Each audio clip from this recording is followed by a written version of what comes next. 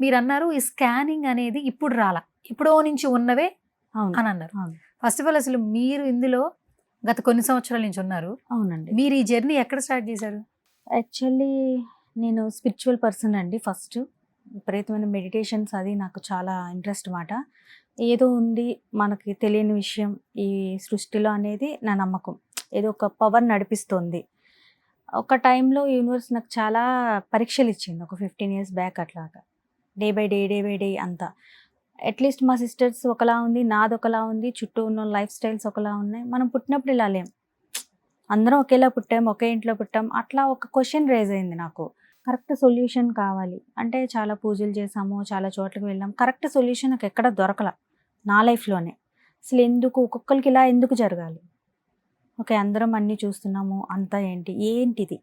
అసలేదో ఒక శక్తి ఉంది. అసలు మన చుట్టూ ఏం జరుగుతుంది? అలా ఒక ట్రావెల్ మొదలైందండి.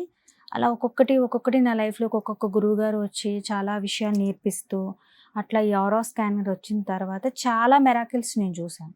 ఫస్ట్ నేర్చుకున్నప్పుడు నేను కూడా ఫస్ట్ అండి చెప్తున్నాను కదా! అందరిలాగా నేను కూడా అంత తీసుకోలేదు.